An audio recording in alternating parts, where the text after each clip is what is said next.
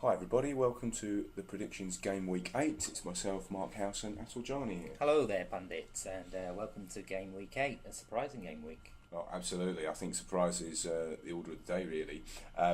Let's get straight into it. We saw some great results. Obviously the first one in the Premiership, 8-0 Southampton, amazing. Yeah, proper walloping there. I don't think a lot of people would have predicted such a huge score there. No, absolutely not, no. But there was quite a few people who got it right, or thereabouts, but you can never tell. Absolutely. 5 points at least is better than nothing.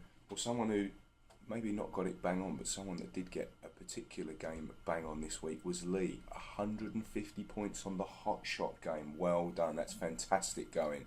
And that took Lee game week winner this week in game week 8, scoring 180 points. What do you think of the performance, AJ? Yeah, I think Lee's been pretty good. Over the last few weeks, he's slowly but surely gathered momentum, along with Tom, which still sits on top, doesn't he? Yeah, sure.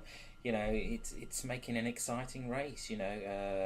Let's see what happens. Well, you mentioned about Lee getting momentum there, and if you actually follow the predictions on game by game, at the end of Saturday he had the lead with that massive score, but then along came Sunday and Tom secured another 50-pointer, which leapfrogged him back to the top. So no, some great. Just looking through here, we've got, as I say, Lee game week winner, 180 points.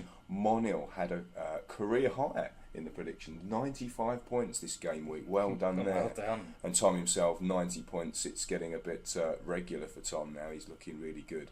And take us through the league table, AJ. Yeah, well, obviously we've seen a few movers and shakers. Most notably at the moment this week was Lee. Jumped up a few places into second spot.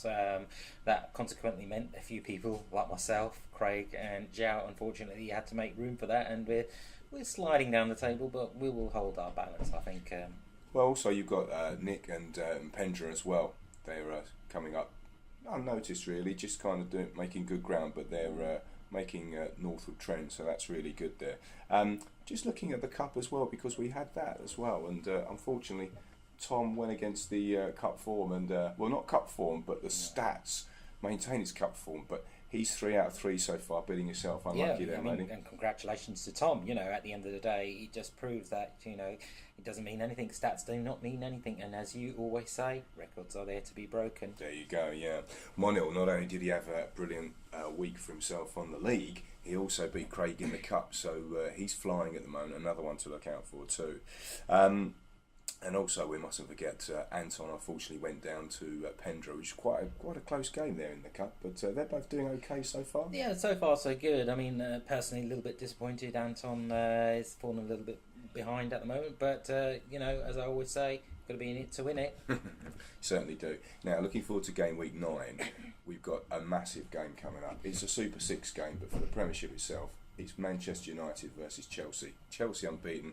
Van Gaal, who knows? He could actually just he could actually set his team up to topple Chelsea on this one. We've seen in the World Cup his heroics where he brings the keepers on late. But what do you reckon of that Super 6 game, AJ? I mean, no, it's an interesting one, and I know the flurry of conversations there's been at Premiership HQ, about the predictions itself. It's been touch and go.